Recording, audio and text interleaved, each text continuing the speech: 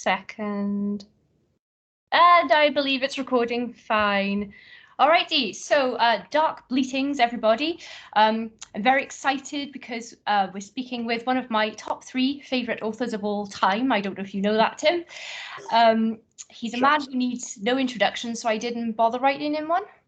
But that's just a joke. Our guest, as you can see, is a British author who wisely lives in Wales. He's an award-winning and best-selling author of almost 50 novels now, and many short stories and novellas. I've been steadily making my way through them all, but I haven't caught up yet because you keep publishing more, keep putting things out.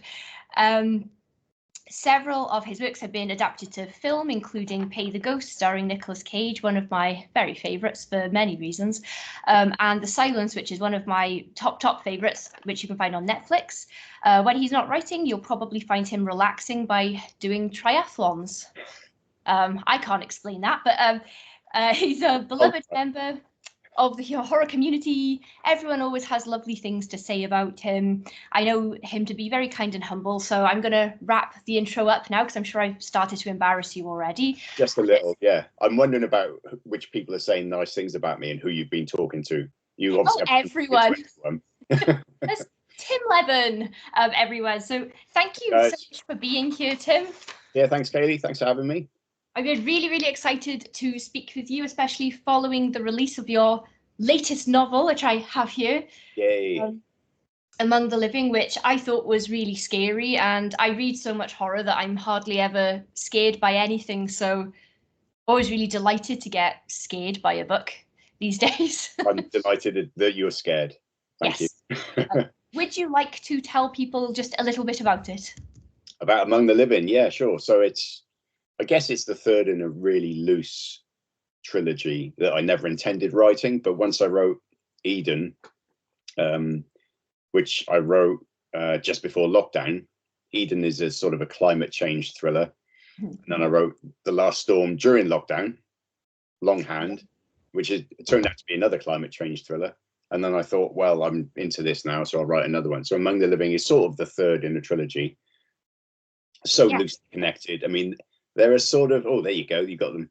There's sort of Easter eggs in Among the Living connected to the other 2 books, which I just popped in. I seem to remember I popped them in during an editing, during like a second, third, fourth draft, because I thought readers might like it, and a few have picked them up.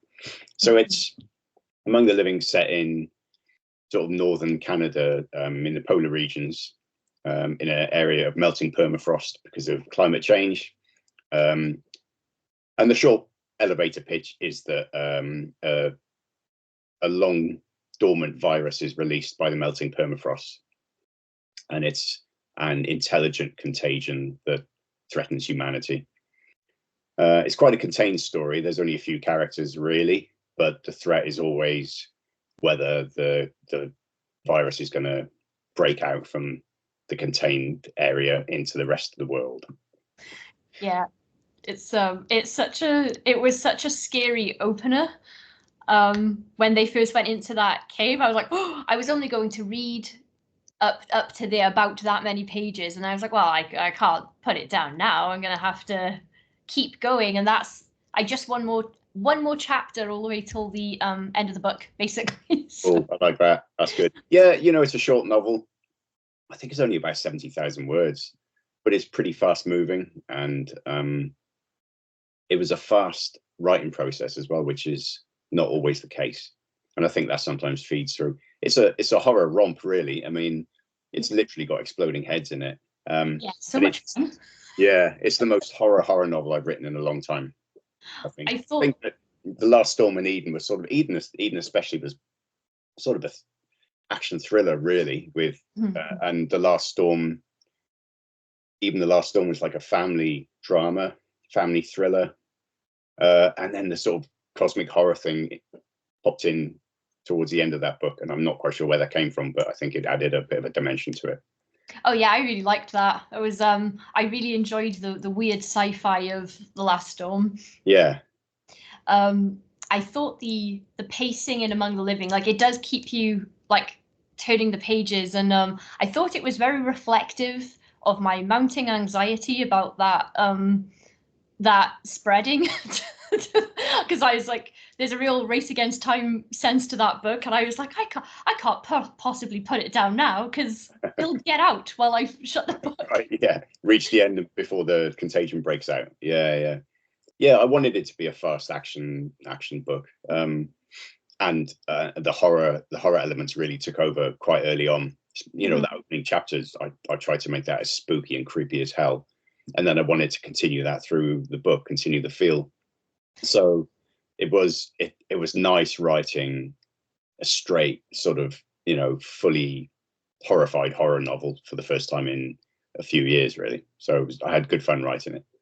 Yeah, the it's just scary. Like the whole concept is scary, and then like the way you executed it was really. I was like, oh, so stressed. That opening scene. The only time I've ever been that creeped out in a book before was Adam Neville's The Reddening opening. I had the same. Right. Have you read that? I have, yeah. The opening of that, when the guys looking through the windows and they all turn and look. I was like, oh, and when I was reading, I had the same. I was like, oh, that's quite chilling when they're in the cave.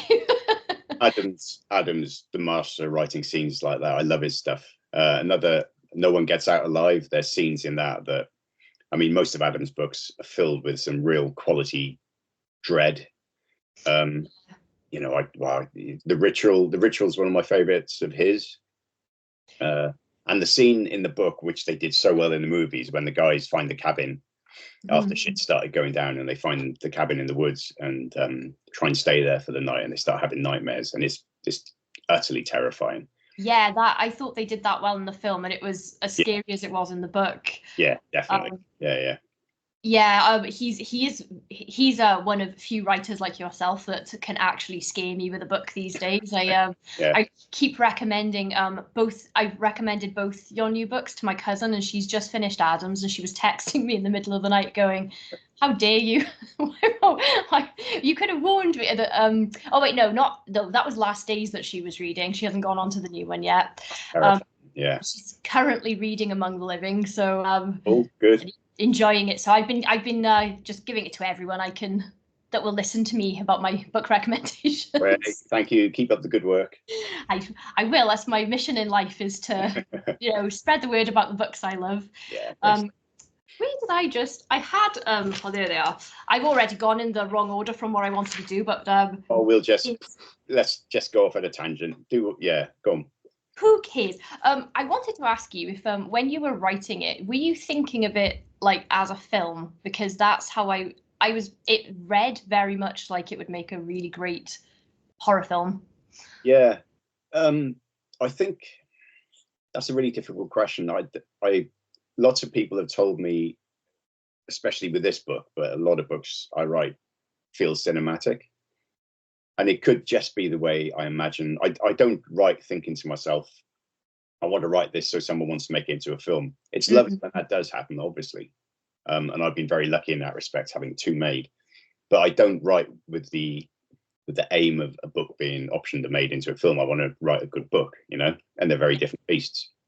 But I think maybe I've got quite a visual imagination when I'm imagining certain scenes. So that's not a great answer to your question. So probably no, I wasn't thinking cinematically, but I was thinking very visually, especially with something like this. All three books, the landscape and the surroundings are a big factor in the story, almost, and especially in Among the Living. I think the sort of frozen tundra of northern Canada and the Arctic Circle is like another character in the book. So having to sort of picture that, I researched it quite a bit, and having to picture it all the time, for every scene, I'm thinking of what my characters would be doing, where they are in the landscape, and what the landscape's like around them. So I suppose it is fairly visual in that regard. Yeah. You read my mind out. That was my very next question, and it was the first question that I wrote down when I was preparing, that I wanted to ask you about the way that you use landscape and terrain in your books is one of my favorite things about your writing in general, because it never just feels like a backdrop. It feels like a character always, and in Among the Living, it felt like another antagonist. Yeah, definitely. Yeah. And in I the Hunt, nature and the wild and the landscape, you know, so I always enjoy writing different landscapes. yeah, and you like I can really see them like when like the picture you paint and the landscaping among the living. I was like cursing that as much as the Contagion because I was like, oh, you the like all the I forgot the word for it, like the holes opening up. Or the geezers. Yeah. And I thought when I was reading The Hunt, the landscape felt a bit like almost like a little guardian angel sometimes, and then like a little devil other times. Oh, that's Um, interesting. Yeah, I didn't think of it. So yeah, that's very interesting actually. So the Hunt I wrote sort of based in Snowdonia, really. yeah. And I know Snowdonia quite well. I've raced up there, and you know I love going up there. It's not quite as remote. There are some parts of Snowdonia that are remote, but not quite as remote as the Hunt felt, maybe. But yeah, that's interesting. Yeah. I'm sure it feels remote if you're up there and someone's hunting you, though. Well, yes, I've raced there, but I've never been shot at. That's the next step in triathlon evolution. Although, have you Oh, seen the trailer? I saw a trailer for a film today called Under Paris. Have you seen the trailer for that? no. So it's a film about a giant white shark in the River Seine when there's a triathlon. Oh, it's like you're going to be your next challenge. It's my next challenge. It actually, check it out after this. It does actually look like a great film. I love shark movies. I love good ones. I like average ones. This looks good actually. It looks like a. And just today they announced that during the Olympics in this coming summer, they think they might not be able to do the swim part of the Olympic triathlon because the water's so full of E. coli. But Oh I no. think this is the real reason. I think there's a shark there. Yeah, they're just covering up the shark. Mm. I enjoy a good bad shark movie. Also, I watched Yeah. my husband and I watched The Meg 2 on the plane on the way to our honeymoon, and I was kind of I was like, oh, this isn't like the first one where they kind of knew what they were doing. I felt like they went too serious, but then there was the shark jousting, so Oh God. that's saved it for me. I never thought I'd see shark jousting, but I there you haven't seen go. this, and I've seen the first. I remember reading the book years ago and thinking, God, that was terrible. But it was a good, terrible book. You know, if you know what I mean. And the film was the same. Jason Statham punching a shark. So Yeah, yeah, Jason Statham punching sharks and fly kicking out of the water, and then in this second one, he's on a I can't remember the word for anything. Those Jesse. Yes, a jet ski, thank you. And he's got like a pole, and I was like, oh wow, okay, so that's where they. Jason Statham's great though because he knows exactly Oh God, yeah, he what knows. film he's in, so Yeah. can't go wrong with that casting. I think he does okay. I think he does pretty well. Yeah, um, even though he's himself in everything, that's Yeah, how I imagine him in real life. But yeah, that probably. works. Yeah. Um, this isn't specifically about Among the Living, but I was wondering if you ever surprise yourself with your own character deaths. Like if you hit a point and you go, oh, I guess I'm killing him. Wasn't planning that. Sometimes, yeah, sometimes I do. I'm just trying to read your mug. Have a look. Oh, it's from It's Always Sunny. All right. Okay. Yeah. Very good. I'll just show everyone my current Motorhead glass. There we go. So I'm writing a space horror novel at the moment. I'm about halfway through, and I've realised quite early on I've got too many characters. Oh. So there's obviously going to be a airlock malfunction or something, because I've got to a certain point, and I'm thinking because there's only 2 points of view. There's a person on Earth and a person in space. But on the spaceship, there's too many characters and there's too much stuff going on. So I need to thin the herd. I'm so excited. Yeah, that's not a surprise. I mean, I haven't sold it to anyone yet, but I'm writing it on spec, and I love writing novels on spec. So any publishers listening, so that's not a surprise. That's more a sort of procedural writing thing. You know, first draft, I'm thinking, I've got too many. I need to thin the ship's crew. But there was a novel. I don't even know if you've read it. It's an old one called The Everlasting, but I wrote a long time ago. My main character caught a bullet in the first third in his spine, and I thought, oh, this is weird. How am I going to handle this now? And I sort of rolled with it a little bit. He didn't die, but I rolled with it and went with it and thought, and it sort of changed the whole feel of the novel. So just occasionally something will happen. The Hunt is another example where characters surprised me. So in The Hunt, Chris was always going to be the main character for me, and then Rose appeared. I knew she was going to be a character in the book, but she became the main character. Yeah, she was like a co-protagonist. Yeah, and even more than Chris, she was a more active character than Chris, I think. So that's another occasion when the story sort of guided me a little bit. Usually, I'm not one of these writers whose characters stay with me when I walk out of my office and go and sit down on the sofa. I'm not that character. You know, I'm making up stories and telling stories. I'm not becoming the characters. I know some writers that live and breathe their characters. I'm not like that quite so much. Not all the time. Sometimes it happens. Sometimes I wake up with ideas and, characters' voices in my head. But so that's a roundabout way of saying they tend not to steer what I'm doing, but just occasionally they'll jump in and surprise me. Yeah. That's one of my favorite sort of like confusion things between people who write and people who read and they don't write, because I've heard so many people say, what do you mean your character surprised you, or what do you mean you didn't know they were going to die? It's and I'm like, even I get that, because even when I more just sort of like make it up as I go along, which is probably why I have not yet finished a novel, because then you run into problems, write yourself into corners. But with short stories, I always get the whole idea in one go, but then midway through I'm like, oh, I've had a better idea. And then very often towards the end of a story I'm like, oh, I guess I'm killing my main character then. Wasn't planning to, but it just seems to be the natural way for them to go now. Yeah, I mean, I'm a little like you. I don't plan in massive detail. I'm writing a proposal for another novel at the moment, but that's to show somebody. So I tend to not plan in massive detail. And if I do write a proposal, and if I'm fortunate enough to get a contract based on that proposal, I never look at it again. You just write a novel with a rough theme and rough characters. So, and it tends to steer itself, because you can't tell a novel length story on 3 pages and it be good.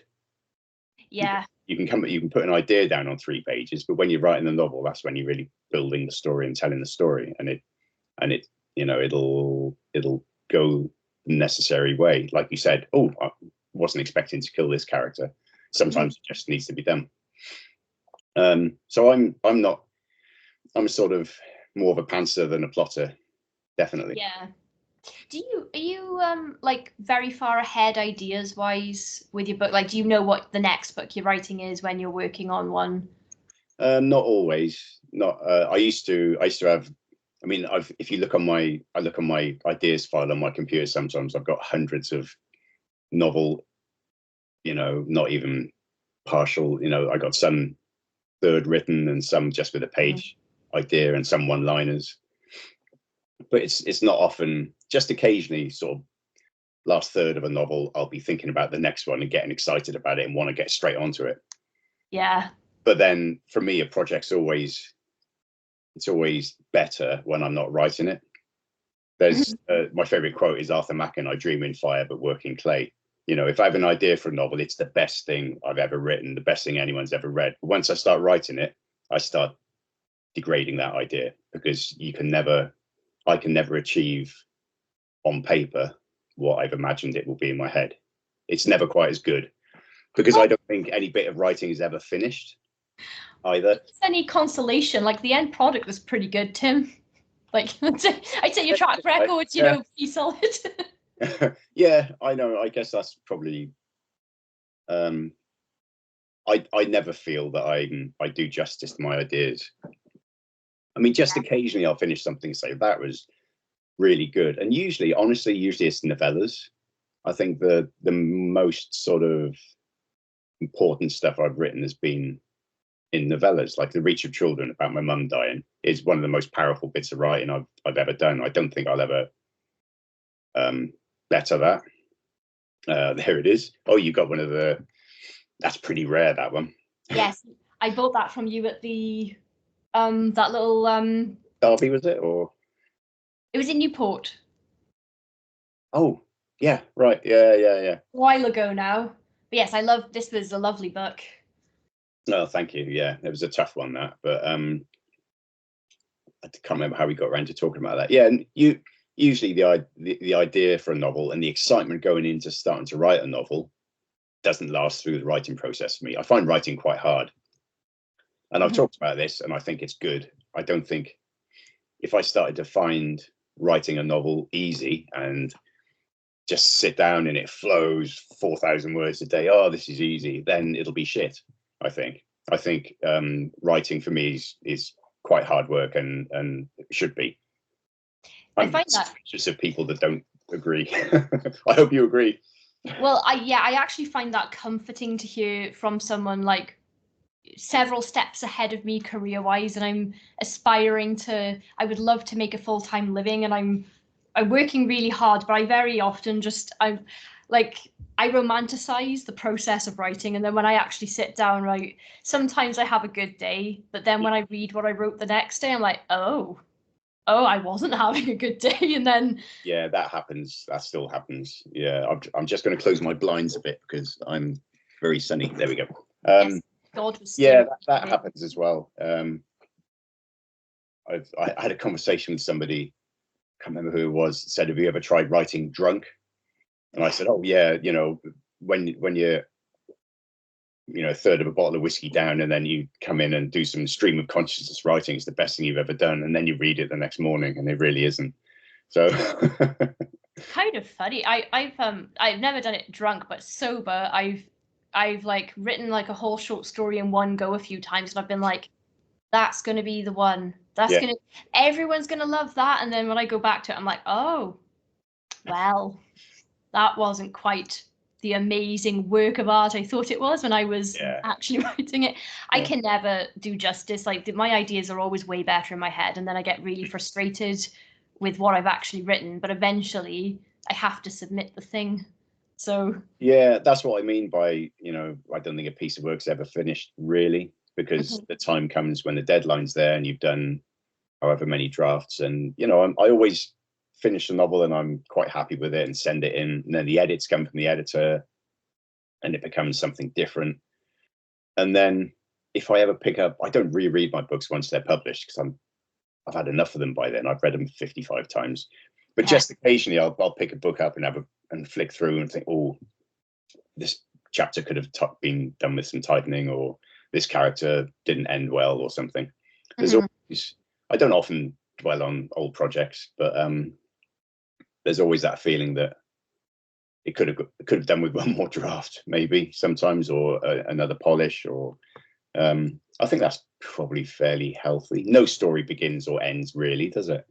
No, I think no matter how many times you draft a thing, you'll always feel that way late. Like with enough time afterwards, you'll think, oh, I've had a different thought on that now, and let's just leave it. Oh, wouldn't that have been good if this character had said this, not that?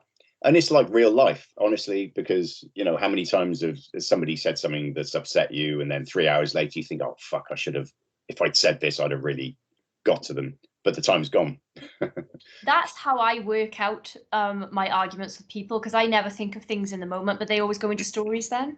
That's good. But I don't write people from my life on purpose, but that ends up happening as well. Like a lot of people will ask me like, oh, do you have a relative that's da da da da da? And I'm like, well, why do you ask? And they're like, well, I just read your collection and there was a theme. I'm like, oh, didn't realize until I'd put it all together. Yeah, that happens too. Yeah, writing's autobiographical to an extent all the time, really. Yeah, when I wrote The Silence, I think I might have told you this. I wrote The Silence, and then Tracy, my wife, read it, and she said, oh my God, it's our family. And I thought, oh God, it really is. you know, the kids in the silence, Ali and Jude, are as old as my daughter and son were when I wrote it, and the dog. We had a dog at the time. Yeah, and it's my family in peril completely. And then I think, oh shit, what did I write? She's going to read it now. But just yeah. Oh, there we go. You got the assembled my collection here. the best cover as well. Didn't know what might come up. I love this. Is one of my favorites of yours. Yeah, it's one of mine as well. It did okay, that one. That was a one sitting read for me as well. Wow. That's getting more frequent these days. If I realize I'm really into a book, I'm like, well, that's out the window with everything else I wanted to do today. Yeah. But yeah, I love it when that happens because it's not a frequent occurrence to pick up a novel and think, well, no, I'm clearing my entire day. So, no, I haven't done that for a long time, I must admit. Yeah, well, you probably don't have much time.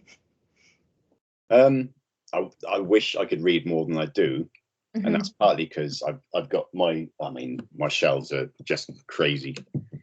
My to be read pile is I read some of them. That's my to be read pile. Oh no, down there. Oh wow, there's hundreds I haven't read. But I got, you know, I get asked to blurb. I've got 7 books to blurb at the moment. And it's I love blurbing, but something, you know, I'm gonna have to put a hold on blurbs because it just becomes that I can't pick up just any random book to read, which I like doing. I love fiction book and browsing my shelves and thinking what's next, you know, spend half an hour choosing. But now it's the next book to blurb. And the stuff I've agreed to blurb is all by writers I really like. Yeah. And most of them friends, so I know I'm gonna love it. But it's still sort of gets in the way of pure leisure reading, I guess. I feel that because I have a lot of review requests. So if I pick up a book that isn't a review request, I feel like, whew. And I always have so many because I don't like to close requests. So sometimes I'll have a really good run and I'm like, oh, I've done 10 books somehow this fortnight. And then I open my emails and there are 15 more. Yeah. And I'm not a quick reader either, unfortunately. I was chatting to Ali Wilkes about reading. Ali reads very quickly and she reads, you know, I guess Ali probably gets through 100 books a year or something, and I'm nowhere near that. Yeah. But, yeah. But I love blurbing, and you know, it's loads of people have been very kind to me in the past, so I hate saying no, and I rarely do. So yeah. That's because you're nice and you have a lot of friends who are writers, so that's gonna happen. Yeah. I was gonna say I like the face hugger in the back there. Oh, there he is. Yeah, my plush face hugger. Yeah, he's been there a while now. Every office needs one. Slowly crawling up the wall. Yeah, they do. And oh god, I've got all sorts of. It's my doorstop. He's What just is your doorstop? Like a rabbit. Yeah. Oh. I have an array of weird things. This is Negan's bat behind me. Oh, that's cool. Is that? Is it like? No, it's just. It's not. No, I don't know what it's made. I think it's made of plastic, maybe. I'm not sure. But every time my brother walks into my house, he picks it up and starts swinging. I'm like, it's not a toy, and then I remember it is a toy. Yeah. But it's, you know, it lives there where it can't smash anything. Just in case, yeah. Got protection just in case. The face, in case we get burgled or something. The face hugger reminded me, I did write some sort of icebreaker questions for people to get to know you, and I completely forgot about them as soon as we started talking. So let's break the ice halfway through. Go on. Yeah, we'll break the ice. For those who don't know Tim Lebbon, here's some questions to get to know you. So one of the questions was what's the best horror film ever, and why is it Alien? Aliens. Yeah. Well, I have lots of arguments with people about this. Aliens is my favorite film of all time. Yeah, mine too. Yeah. Oh, you're a star. And I think there's a lot of nostalgia attached to that for me. Mm-hmm. So 1986, Aliens was out. Yeah. I was 17, so I actually remember going to the cinema to see it with some school friends.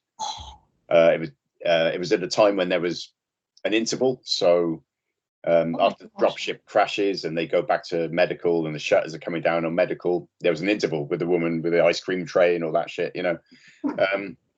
How the hell I remember that from 40 years ago is bizarre. Almost 40 years ago, but it's still my favorite film of all time. I can watch it again and again and again. It's not really the best horror film of all time, I don't think. I'd say, oh, it's definitely up there. I mean, if you'd saying horror film, I'd probably say Alien over Aliens, because it's much more terrifying. Aliens is an all-round, I mean, it's a war film really, but it's still scary. It's an everything film, Aliens. It has everything. Yeah. I used to filter out, back when I was single, if I was potentially going to go on a date with someone, this is how I filtered out people I didn't think I was compatible with. Right. We'd start talking about horror, and they go, "What's your favorite horror film?" And I go, "Aliens." And then if they said, "Well, actually, it's a sci-fi film," oh, right. I'd be like, "I'm cancelling the date now." Yeah. Things can be more than one genre, and I'm not going to have an argument about what my favorite horror film is. I think, well, for me, Aliens is there, and The Thing. I mean, so many people say that. Jacob's Ladder, I still really fond of Jacob's Ladder. And The Haunting, the original Haunting. Yeah, that's so good. That was so understated. All the oh yeah, everything in that. I actually have a The Thing question on these icebreakers. Okay. So it was the last question. It was, most importantly, at the end of John Carpenter's The Thing, is Child's the thing? Ooh, there's theories, aren't there? Yeah, me and my brother like to talk about this all the time. Yeah, no, I haven't seen it for a little while. The last theory I heard was that Kurt Russell's breath is misting in the air, Charles isn't. Yeah. In the scene, in which case he's either not breathing or he's breathing cold air, so he's the thing. Don't know. The other detail, apparently, I haven't watched it in a little while, but the bottle that they're drinking from, Kurt Russell doesn't drink and he passes it, and that's because apparently it's full of gasoline. Oh, okay. Miles drinks it and doesn't like, but that might have just been something that fans, I don't know if that's like a fact or if that's something that people like, wait a minute. I don't think there are any facts about the last scene. I think it's all fan stuff. I don't think John Carpenter knew, because it's the sort of ending I love. It's like, it's ambiguous. So he probably said, "Oh, wouldn't it be cool if there's two of them left?" And you don't really know, and that's the end of the film. I think that's purely what he wanted to do. But there's all, you know. My brother told me, this could be a lie because sometimes he likes to tell me complete crap, but he does it with a straight face. So then I go around thinking the thing. But my brother told me that John Carpenter was asked and he said, "Fuck off, it's ambiguous." Right. Yeah. Like, shut up. So yeah, I love that film. I love it. Yeah. Also these are really important quickfire questions now. What's the very best type of cake? Oh my God, all of it. All of the cake. It's like, which is my favorite child, you know. Big fan of the whole cake scene. Oh God, I like a good Victoria sponge. Yeah, classic. So my favorite cafe happens to be my local cafe. It's called Baffle House. It's a bikers cafe, 20-minute walk through the woods from where we live, and it's fabulous. We should go there next time we meet up for a coffee. It's going to be it's amazing. They do some great cakes, and they're a coconut flapjack. Oh, it's to die for. Yeah, I love cake. That was something that I enjoyed reading about in this book. Oh yeah, there's actually a whole chapter on cake in that book. Yeah, which you don't expect in a book that's about like getting fit and losing weight and stuff. But yeah, I was like, oh, this is like reading my own mind with this. I've accepted that I'll never have the skinny frame that I like on other people because of cake, entirely because of cake, and I'm okay with it. Yeah, likewise. I'm with it. I do ridiculous amounts of exercise and running up and down mountains and stuff, but I'm still carrying a belly, and it's because of beer and cake. But it's why I do stuff like that. You know, you gotta. I say to people, I saw something. I get stuff on YouTube because of what I watch, and this one was and it's from one of these stupid influencers, how to shred belly fat, and it's like, don't drink, don't eat sugar, don't eat cake. And I was, where's the joy in life, you know? So I do, you know, that book was really about,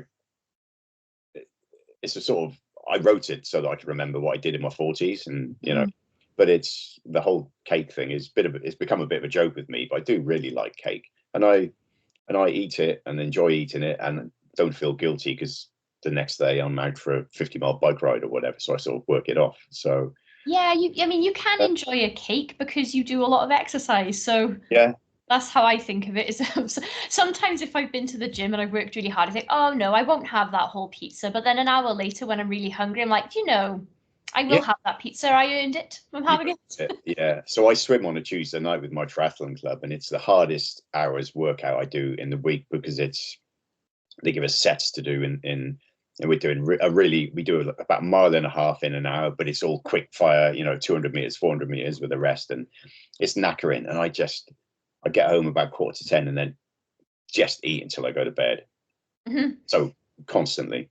So I sort of worry that I undo any good I've done, but no, I think so I need it. I'm refueling. You have a good balance, I'd say. Just very quickly, I don't want to like just pitch this to anyone watching. It's a really, really nice read because it's an autobiographical tale. Tim's getting fit story and discovering the love of, you know, running outdoors and swimming and cycling and stuff. And there's cake conversation in there as well. But it's I thought it was like really inspiring, and it was just like a really nice spirited read because it was like you weren't like obsessively talking about, you know, pounds lost and I have to cut this and this from my diet. It was like it felt like a really nice just like a little peek into you discovering like one of your favorite hobbies that had good side effects. That's exactly what I say in there, isn't it? It's like I discovered triathlon, which I really love, and the side effect of enjoying doing triathlons is being a bit fitter. You know, the ones I do, you have to be, you know, I do Ironman, so you have to be a certain level of fitness to do it. Otherwise you won't finish. But I don't go out on the bike to get fit. I go out on the bike because I love cycling.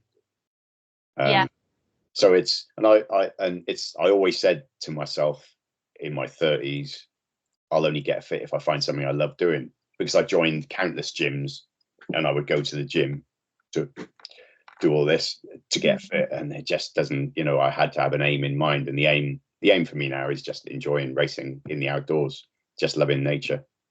Yes, I love being outdoors. I like an outdoor run. I've got my fitness goals are really some might say silly, but what's always in my head is if the zombies come, I want to be able to lift my own weight over a wall, and I want to be able to run quite for a long time because, you know, they'll just come in.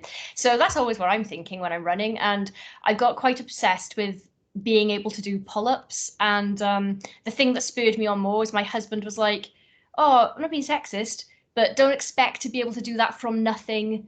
Because I was like, oh, in 8 weeks. And he was like, you can't lift any of your own weight. Like, he's like, have a more realistic time frame. But then I discovered the assisted pull-up machine. And I'm obsessed with it, but you can only really do a little bit on that at a time before your arms are dead forever. How much assisted weight you put on though, doesn't it? You know? Yeah. I was delighted to discover I'm about 70 kilograms and I can lift 50 kilograms of my own weight at the moment. Good. Probably better than me, to be honest. I'm not good at, I could probably do my own weight 3 times, 4 times maybe. It's hard. Yeah, it is really hard. It's really hard.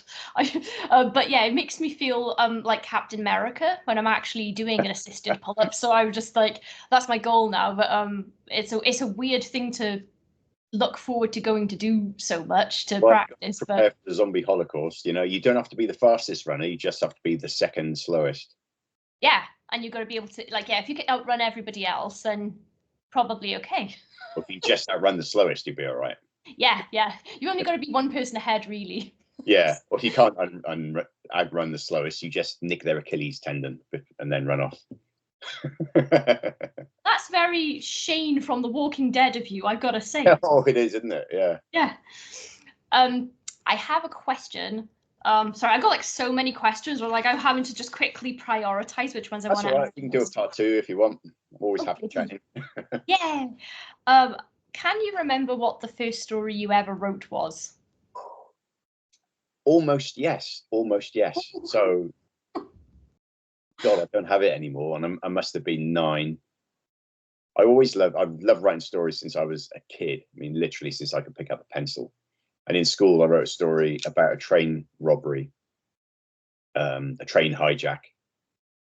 I can't remember much about it, other than thinking in the future it's a stupid thing to hijack because there's hundreds of doors on a train. Anyone can just jump out. But yeah, somebody hijacked a train, and I just remember this scene. Luckily, one of them had dropped their magnum, so I picked it up and started shooting the hijackers, something like that. I was 9 or 10 years old. And then through my teens, so when I was about 10 or 11, me and my friend Gary Jones from primary school started writing a story about, we said, wouldn't it be interesting if all the gas mains in a town blew up all at the same time? So we started writing that story. We didn't get much further than the front cover, designing the cover. And then through my teens, I was writing, I was sort of ripping off stories, novels that I liked. It wasn't until it was a bit weird because it wasn't until my later teens I started writing horror. I was writing thrillers and like war stories and Cold War thrillers and stuff in my teens. And then, even though I've been reading horror since my mum gave me The Rats to read when I was 9 or 10 by James Herbert.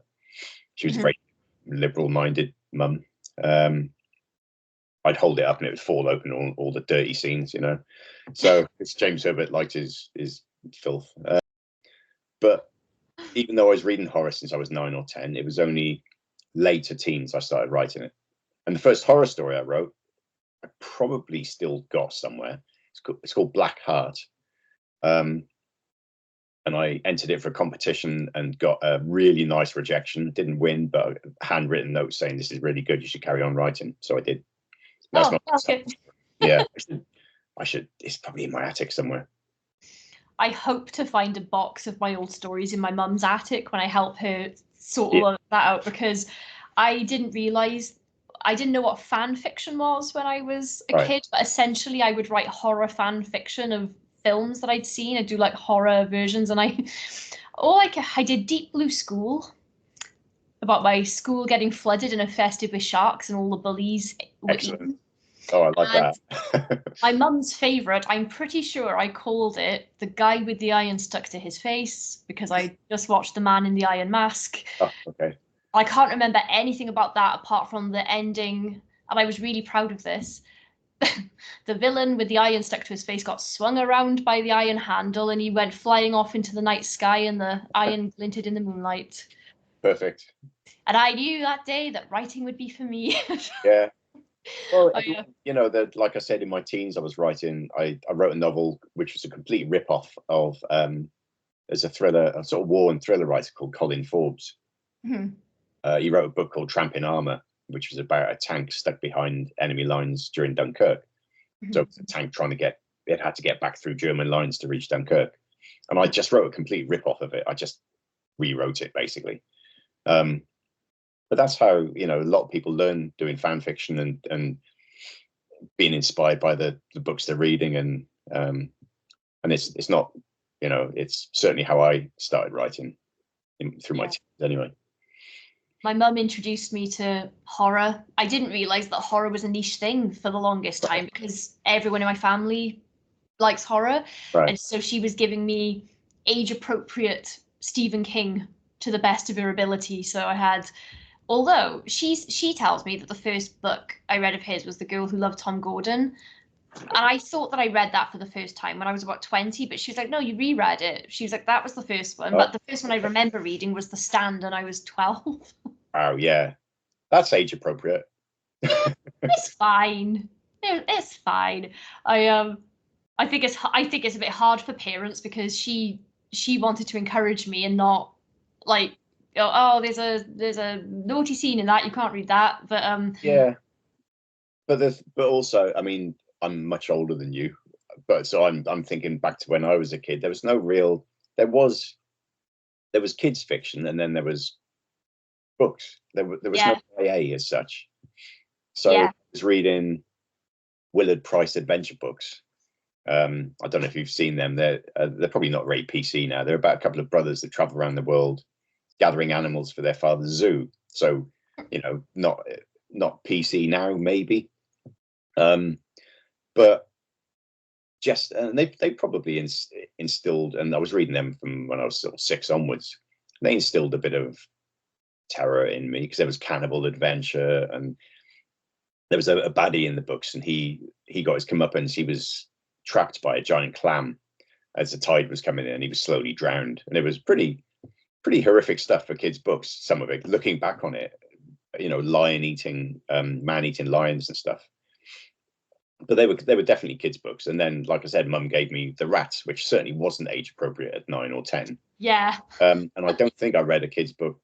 I never went back to Willard Price. Then I consumed James Herbert, and then Stephen King. And then I actually remember I read them all countless times, The Dark and The Fog, all the Herbert stuff and the King stuff. And I remember thinking, there can't be any other good writers around that are any better than this. And then, I think I bought a Arthur C. Clarke book or something, and my horizons just opened up, and just started buying books by loads of other people then.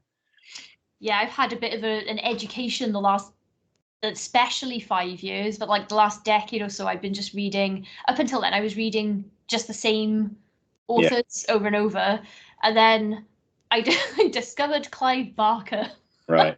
And I was so angry. I was like, why did no one show me Clive Barker before? Really? Yeah. Amazing. Amazing. The Books of Blood. Yeah, the Books of Blood, that's where I started with. My friend Jimmy was like, what do you mean you haven't read the Books of Blood? And I had it on my shelf, so he was like, this is your next read. Do it immediately. It's amazing stuff. And at the time it was published, groundbreaking stuff. Yeah.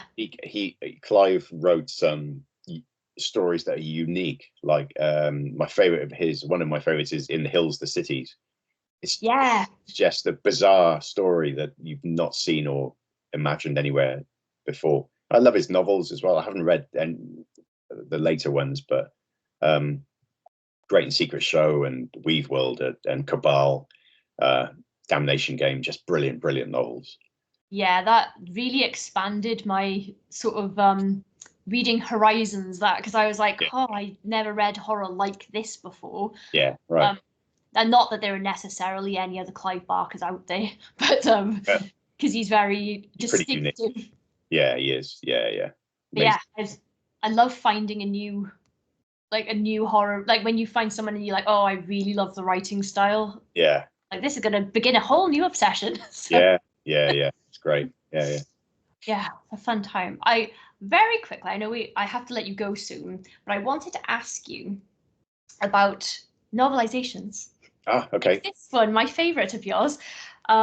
So for anyone who doesn't know the distinction, so you get novelizations and then you get movie tie-in books, and the novelization is normally a book version of a film that exists, and it's usually quite loyal to the film. Yeah.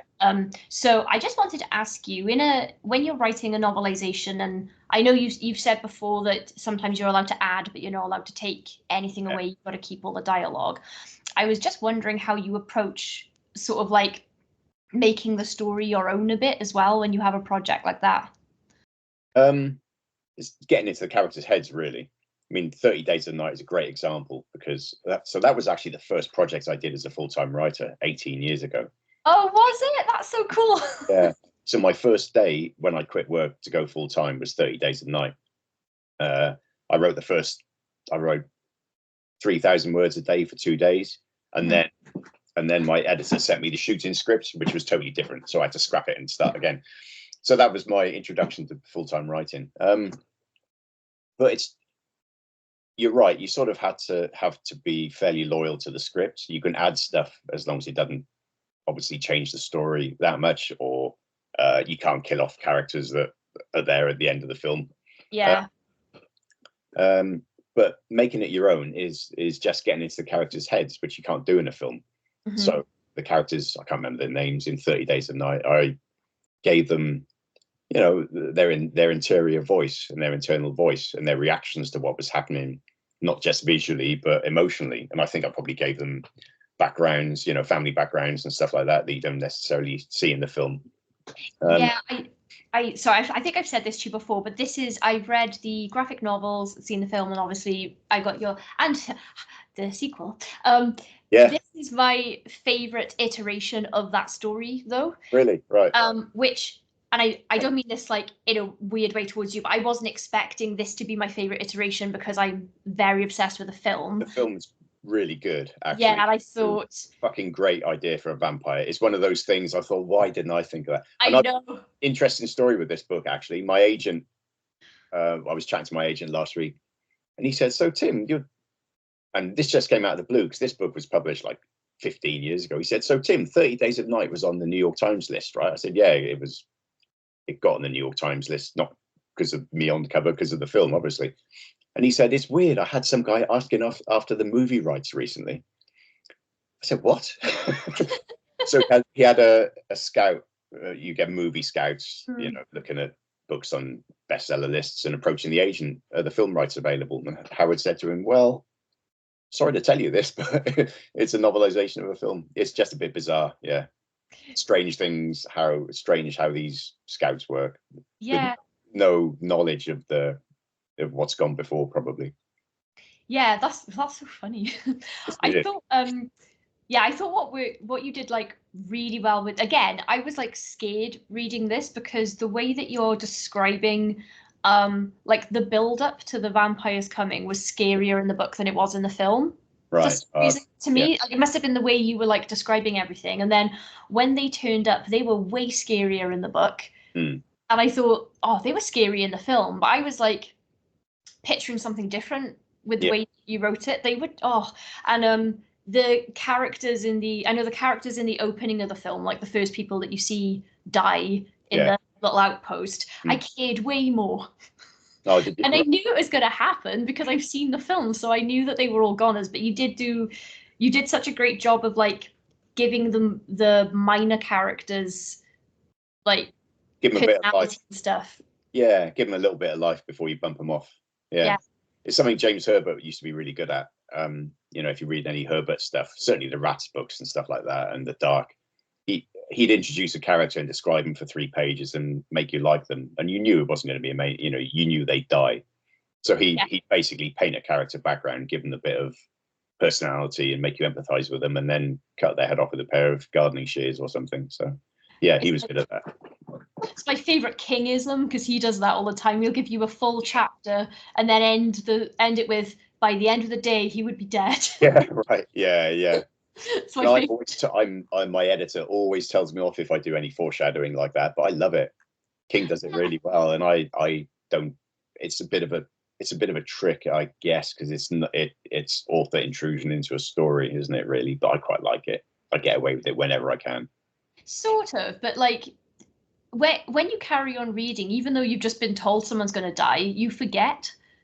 Yeah. So when it happens, you're like, oh no, he did tell me. And it's almost like, it's like you forget in the same way that I can watch Aliens again and again and be shocked at people dying, even though I've seen the film 30 times. You know, it's strange how, and I think I've mentioned this to my wife recently, how tension can be sustained in a film that you've watched so many times and you know exactly what's going to happen. Yeah. My mate Gary Greenwood, good friend of mine, when they re-released the original, when I say original Star Wars films, episode 4, 5, and 6, when they re-released those in the cinema, he said he's a massive Star Wars fan. He went to see Empire Strikes Back again, and when spoiler alert, when Darth Vader says, "Luke, I am your father," Gary was, "Oh, no way!" And he'd seen it 40 times. But yeah, it's amazing how good quality art can, separate you from your past, really. You know. Yeah. I like to escape into horrible horror fiction because the world is you know, I never watch the news or anything because it's always very depressing. Yeah. And I would prefer to exist in an even more horrible world for a while and then come back and like, oh, it's not so bad. It's not so bad. It's fine. I mean, there was the interesting thing in The Guardian the other day saying horror sales is up by something like 40% in the last 2 years. Mm-hmm. Because, and historically, if the world's going through bad things, then horror is more popular. And also, somebody told me, an editor told me once, that if Republicans are in power in America, horror is more popular, which says a lot. What a surprise. We said religion for politics. Yeah, sorry. Yeah. That's what somebody told me. I think, yeah, there's a certain element of truth there, I think. Yeah, I think it's I always find though, mostly horror fans tend to be the nicest people as well. Oh, totally. Yeah, yeah. They're like a weird reputation. It's the same as heavy metal fans. Everyone's got this idea that everyone's going to be really rough and scary, and then they're the nicest, most gentle folk. Yeah, absolutely. Yeah. I mean, the nicest people I've met in life and the best people I know are horror writers and fans, without a doubt. Yeah. You know, the best friends I've made are through horror and yeah, and metal. I mean, I'm still a metal fan, so yeah. Yeah. Oh, I think that's probably. I probably should let you go now. Just saw the time. Yeah, yeah. Well, it's been. We could do a 3-hour, but nobody would watch it, would they? I would. My mum will be watching, guaranteed, Tim. So cool. Good. Here we go. Yeah. No, I'm sure that lots of people will be excited to see this when I upload it, because I haven't told anyone who I've invited on and things. So I thought I'll keep it a surprise for every week that I have someone. So I was really excited to get to host you here. I really appreciate you. It's been great. It's always good chatting. Yeah, it's always fun. All right, cool. I'll hold you to a part 2 another time so I can go through my other massive list of absolutely questions. Yeah, no problem at all. Yeah, I'd like that. Be good. And we'll do that coffee one day in the Bikers Cafe.